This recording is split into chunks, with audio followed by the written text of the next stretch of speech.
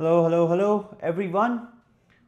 Hope all of you are having a great week. If you are in Canada, then I hope you guys are all looking forward to the long weekend. And if you're in the US, well, hopefully you're looking forward to your normal weekend. Um, anyway, guys, welcome to episode 10.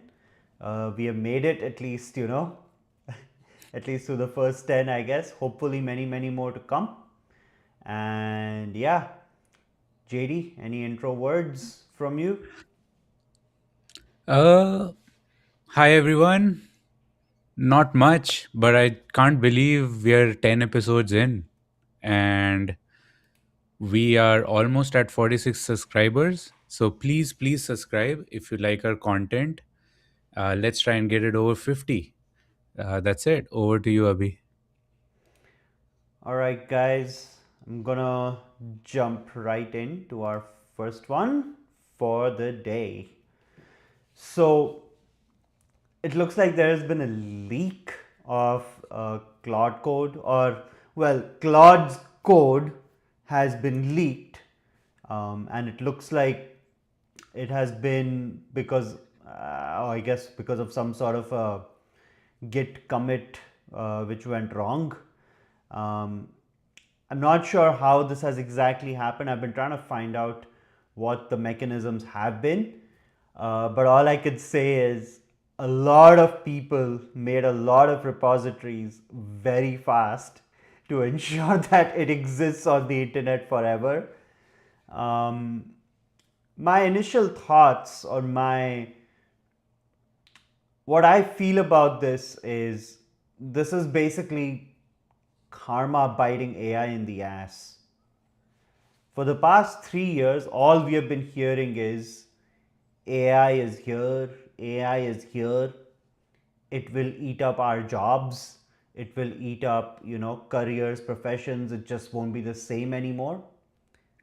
What that has led to is a lot of panic in the job markets, and essentially employees are now working themselves even more to try and stay relevant, especially in software companies, in tech companies, or in companies that are offering tech services. Employees are having to work more and more and more just to show that they are needed and they're relevant, just so that they don't lose their jobs. What has happened is one of these people, this is my conjecture, but one of these people working on code, working on a tight deadline like it always is, finally got burnt out and then did something stupid. And I think these chickens are going to come back home and to roost, right? No matter which way I look at it, I can't feel bad for Anthropic or for any other AI company that may or may not. I don't want any of these. I'm all for proprietary, intellectual proprietary property or whatever. But I'm just saying that this had to happen simply because you can only get so much out of a person, out of a human, before they sort of, you know, they internally give up or they just reach a breaking point and they don't even realize it before they end up making a stupid mistake. So, this should probably be a wake up call for a lot of reasons that are not being discussed enough around. Okay, you have these very sophisticated products, highly proprietary in nature. They should be, or engineers in these teams should just be allowed to take a little bit of time, and they should not be pushed to the brink to try and release updates to models that are essentially only getting incrementally better. They are not taking the geometric leaps that they were taking 2.5 years ago. JD, what do you think? Yeah, it's funny that the company that has scanned millions and millions of book, websites, images, and other type of content are now issuing takedown notices to engineers who are copying or sharing their Claude code, vibe coded app. I mean, people have to remember that all of Claude code is essentially vibe coded. Even the guy in Anthropic who came up with Claude code idea says like none of the lines written are by human. Uh, and it's interesting because Claude Code is the it app right now in every tech company, mine included. And from what I've heard, an engineer at Anthropic maybe mistakenly made the code public for half an hour, but within that time, people copied it and there were over 200 clones already. And now Anthropic lawyers are working overtime to take all of them down. But Abhi, you know the internet. Once you put something on the internet, it's out there in the open, right? And it's funny because someone used Claude Code to read the entire code base and rewrite it in another language. So now Anthropic's lawyer cannot do a takedown on that because that is an example of fair use. You are using some existing code to write a new code, so they can't take that down. So it's funny and ironic in a way. But what this means is that Claude's internal architecture is now public information, at least Claude code. Other AI labs can now study the exact logic and prompts used, and the multi billion dollar secret sauce is now free for anybody to read. And Anthropic has built its identity on being this safe alternative, but this leak exposed all their secret guardrails to the entire world. Now, hackers will have a direct map to bypass every single filter that they created in the app. So, yeah, let's see what we have happens to next. we have to remember that we are basically almost getting an insight into OpenAI or ChatGPT as well. We have to remember Dario was in OpenAI before he moved and decided to make his own company. And yeah, his brains went into making Claude, but those brains were initially used to at least help make ChatGPT, right? So how much could it be different? And I'm pretty sure if two punks sitting on a podcast could think like that, there are people who are already trying this out, right? The rule of innovation is if you have thought it, someone's already probably working on it. Now, there will be a lot of ethical debates around, oh, should it be public, should it not be public? The thing is, it's already public, it's going to be public forever unless Claude code is basically rewritten ground up. The second thing is, as JD said, right, all these LLMs, they were built on taking code from all programmers all over the world who trusted platforms like GitHub and all these other Git hosters to keep their code private, or even if it's public code, that they won't go ahead and build something that will eventually make all the very people supplying it with correct data, all of them useless eventually. I think AI as a technology can be very helpful, but when it's continually framed in a way that people are going to lose their livelihoods, I I can't get myself to feel bad about this incident. Like, I can't. For 3 years, all we have been hearing is you lose your jobs if you can't keep up with AI. And for people who are even trying to, you know, move away from all the AI nagging happening all the time in Windows, in every other bloody app you use. It's always AI this, AI that. People are trying to even move away from it, maybe trying to build their own computers as a hobby. They can't bloody buy memory sticks anymore because there are no companies willing to sell them to the retail market, just because all their capacity has been hogged by these bloody AI companies. So yeah, it had to come back and bite them. It has bitten once. Uh, I'm agnostic towards whether it happens again or not. It's fine, but yeah, going back to my initial point, this is just karma biting AI back in the ass.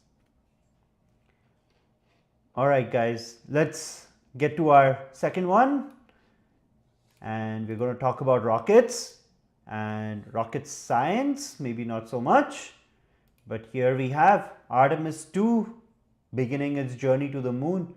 JD, lead the way. Right. So we've kind of covered the story before in our previous episodes when we talked about the costs of this Artemis 2 launch. But this is still very historic. So humans are finally traveling beyond low Earth orbit for the first time since 1972. This mission ends a 5-year pause on deep space exploration. So there's a lot of firsts in this mission.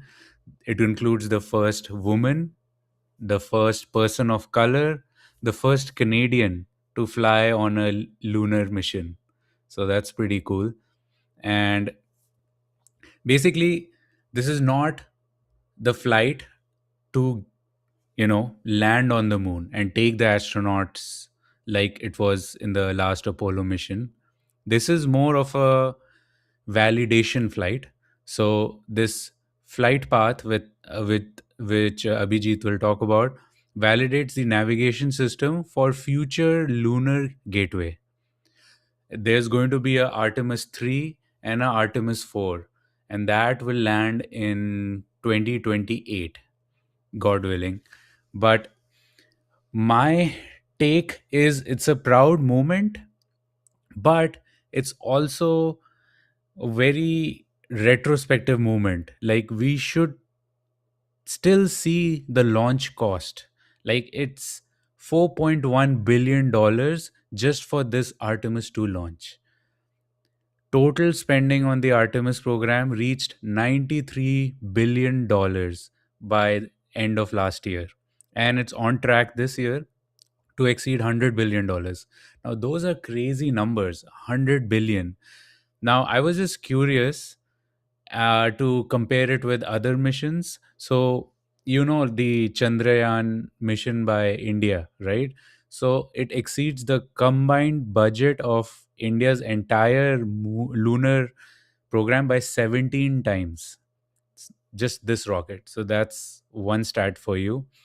Uh, if you were to launch these by the SpaceX Falcon 9 missions, you could launch 55 of them with this cost at current rates.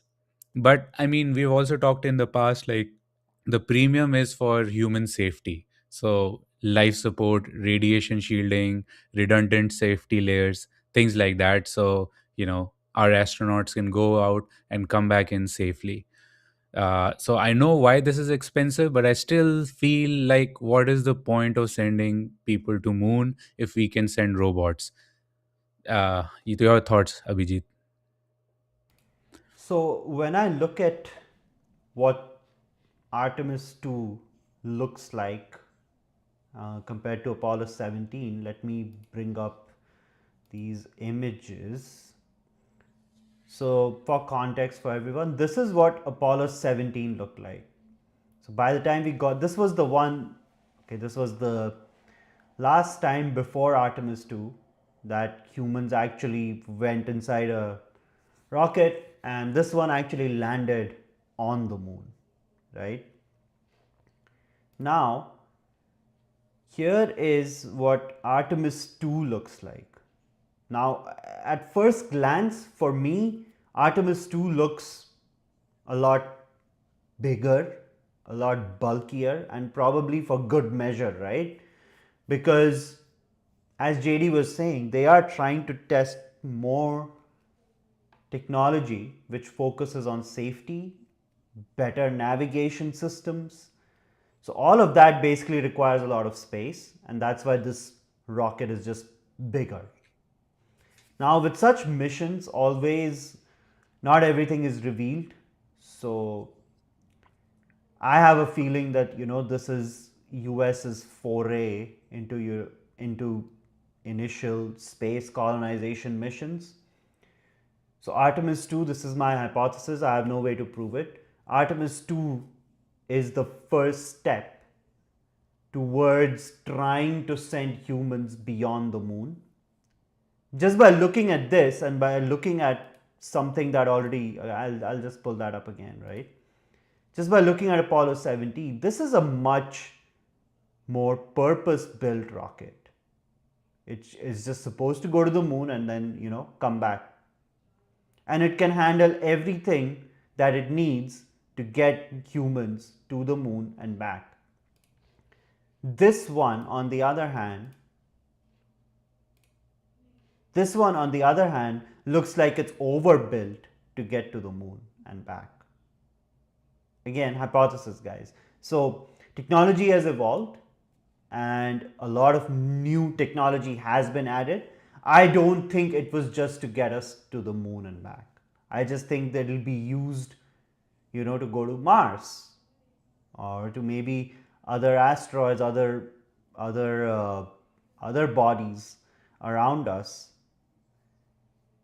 Obviously, not all the technology is out in the open yet, and if this mission, I hope, God willing, this mission goes successful, we will see this kind of a rocket being extended beyond the moon. That is my take on this. It's, as a proud Canadian, it's good to see a Canadian finally in space, and I'm looking forward to Canada's and US's cooperation in the space arena move forward and continue thriving like it is, despite tariffs and all the other political jazz that's been covering the headlines lately. So, as a final thing on this topic, let me show you guys. We have a small video which we downloaded. This is from CNN, so we'll give credit there. Oh, where did that go?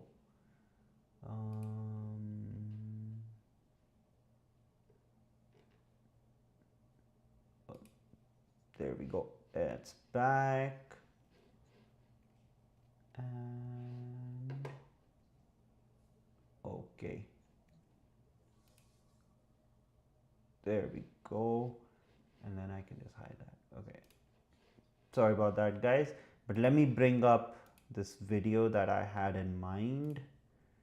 So this is going to be the trajectory of the Artemis 2. It's going to take off from the Earth and it's going to take basically 2 rotation or revolutions around the Earth itself, to gain momentum and then slingshot itself out of the Earth's Earth's atmosphere and then reach the moon. So basically, let me go back, guys. This is something very interesting. So when you see this over here, at this point, there will be sort of a blast off from the fuel, right? They will blast off, and this is the one that will actually not only take the craft around the moon, but be also responsible to bring it back. Just because the way gravity works and the way the concepts of slingshotting work, this will actually be enough to take it all the way around and then just bring it back. So that is something more innovative in this mission. If you see the ones like Apollo 17, what you'll they not obviously since they land on the moon, they have to always take one more rotation around the moon so that they can gain enough momentum and then slingshot themselves back to the earth. This one, it's just gonna go around and come back. It's in a way, it looks and feels similar to Apollo 13, but obviously Apollo 13 was failed, and it had to do what it did for different reasons than what Artemis is trying to do. So guys, let's get to our final topic for the day, which is something very holy and then something equally interesting. So, new research has come out about the Shroud of Turin. Now, for those who don't know what this is a sacred piece of cloth that is not necessarily proven but is believed to have been worn by Jesus as he was, getting crucified. So, it's now sitting in a highly protected museum in Italy, essentially. And from time to time, research is conducted on it under very special permissions. What has been found is upwards of 30% of the DNA sampling on the shroud is actually coming from India, 38.7% of Indian ethnic lineages, essentially, and 55.6% is from the Near East. For me, the way I see this is if there is DNA, that means there is living organisms on the shroud. Now, the article, especially this headline, is from the Vatican News. The case they make is that there was a lot of trade between India and the Middle East, or Middle East at that time, and the DNA is coming from the organisms that were local to the Indic subcontinent. And since this piece of cloth, this material, was imported from India to the Middle East, that's how this DNA ended up on it. There are organisms essentially that traveled from India to the Mediterranean sitting on this piece of cloth. Now, I have another take on this, but JD, let's hear your initial thoughts. Uh, yeah, I mean, it's a very interesting peek into history, is my point of view. So I look at it from two lenses, right? Like, of course, there's the theological aspect, and then there's the scientific aspect, and then there's the historical one also. So I want to talk about like the historical one first, just to give folks like a little more context into how it came about. So from what I've read, the shroud first appeared in France during the 1350s, so the 13th century, and it eventually moved to Turin, Italy. That's where the name comes from, in 15th century, to satisfy some royal pilgrimage. The piece of linen survived a massive chapel fire in during that time period, leaving visible burn marks and even some melted silver droplets on the fabric. Now, in the 19th century, when the technology had progressed, the piece of linen We survived or discovered that after using something called a negative plate, it detailed a lifelike human figure for the first time.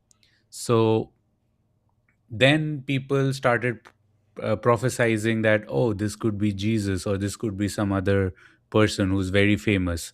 So that discovery transformed the cloth from a quiet religious relic into this global phenomena and mystery, right? So, I mean, many theologians describe the shroud as a silent witness to history.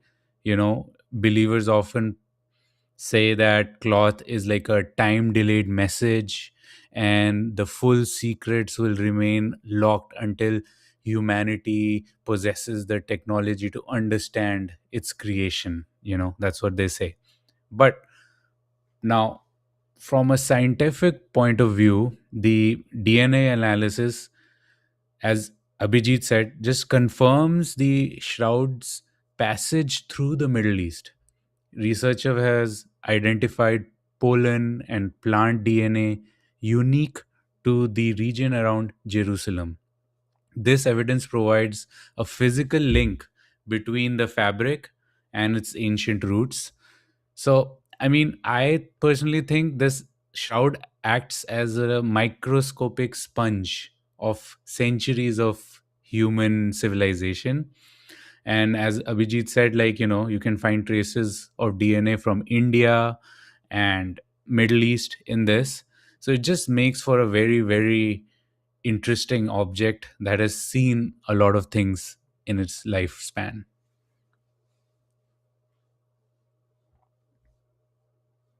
So I also feel that while while the cloth that is the shroud has traveled, it's unclear on where it was initially made. It's said that, okay, since this is the word shroud comes from Sindon, which could be some sort of a derivative of the word Sindh or the Sindhu dynasty, which is the Indus Valley civilization. Now, 38.7% and 55.6%. If you add these numbers up, you're getting very close to more than 90% of the entirety of the DNA on this cloth. Some of this could be of the person who was wearing it. Right? I cannot, if he had to, if the shroud only had the DNA of all the organisms that it encountered on its journey, then you would be seeing a much wider mix, right? You're saying Near East and then India, and then Europeans account for less than 5.6% because this thing never really. If it was discovered in France, then I don't understand how there is very little European DNA on this.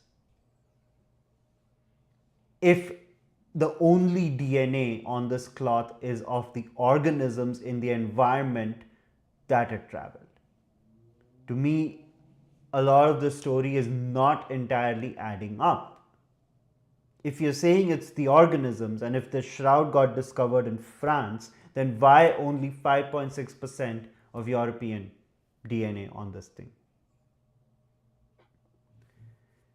Long time back, I think about 10 years at this point, there was a documentary made by a Texan, which was titled Jesus in India, right? And then a very famous Indian guru, Sadguru, Jaggi Vasudev, he has also said in a couple of interviews and his videos that it is very difficult for him to sort of believe that while Jesus is getting crucified, that no one tries to help him, pull him down from the cross, and try to get him some help. Now, this gets into the realm of conspiracy, so I don't want to go too deep. But there have also been, in this documentary which talks about Jesus being in India, they have taken the interview of some Tibetan monks and some Hindu high priests, and they have mentioned having records of, Isa Masih coming to India in some form or the other to get medical help, or to get, there is a whole section about Jesus not being in public light for like a period of 18 years. He goes off on a quote unquote pilgrimage, to get his own enlightenment. So There are a lot of rumors. Some say that, okay, he was pulled down from the cross and then, to try and get some medical help, they eventually got him to India. I find that not so believable just because that's a huge distance. The more sort of believable bit or the more logical bit is, okay, for the 18 years that we don't have any account of Jesus' life, it is possible that a part of his enlightenment journey brought him to India or the Indus Valley civilization of that time. Maybe he learned something there, maybe he didn't, we don't know. That's my take on this, that it is possible that the Shroud has spent a lot of time in India. It is also possible because Indus Valley civilization is like 10, 15,000 years old. However old, we are finding all these human remains in sites like Rakigadi. It is possible that the lineage of the Middle East has Indian blood in it because there has been trade and interaction for a much longer time than we had initially estimated. All of these need to be confirmed. These are hypotheses at this point. But the reason I'm thinking in all these directions is because if something is discovered in France, ends up in Italy, and then uh, shows up that, okay, more than 90% of all the DNA on it has nothing to do with Europe, I find that suspect. So, yeah, we will see what happens to the Shroud story. This has always been one of the biggest mysteries of the modern times, right? How did this cloth survive for so long? How did it even, how did the story that this was what Jesus wore during the crucifixion even start? There is more and more questions around this, and the more questions that get answered, it gives birth to more questions. So I think we have a long way to go before we can solve the mystery of this cloth in its entirety. Not trying to hurt any religious sentiments, but it's just such a fascinating object that it's very difficult to not think in almost every direction possible. Anyways, guys, that's it for today. Uh, yeah, we are trying to hit 50 subscribers as soon as we can. We are getting close to it. Let's see if we can get there by the end of this week, and only all of you can support us in getting there. JD, your thoughts? Yes, please subscribe, guys. We make a lot of effort into producing these, and we would love to spread this to more people so more people can watch and enjoy our content. If you have any suggestion, comments, irritations, put them in the comments, reach out to us. Our email is also visible in our YouTube page. Have a great day, and we will see you till the next time. See you guys. Enjoy.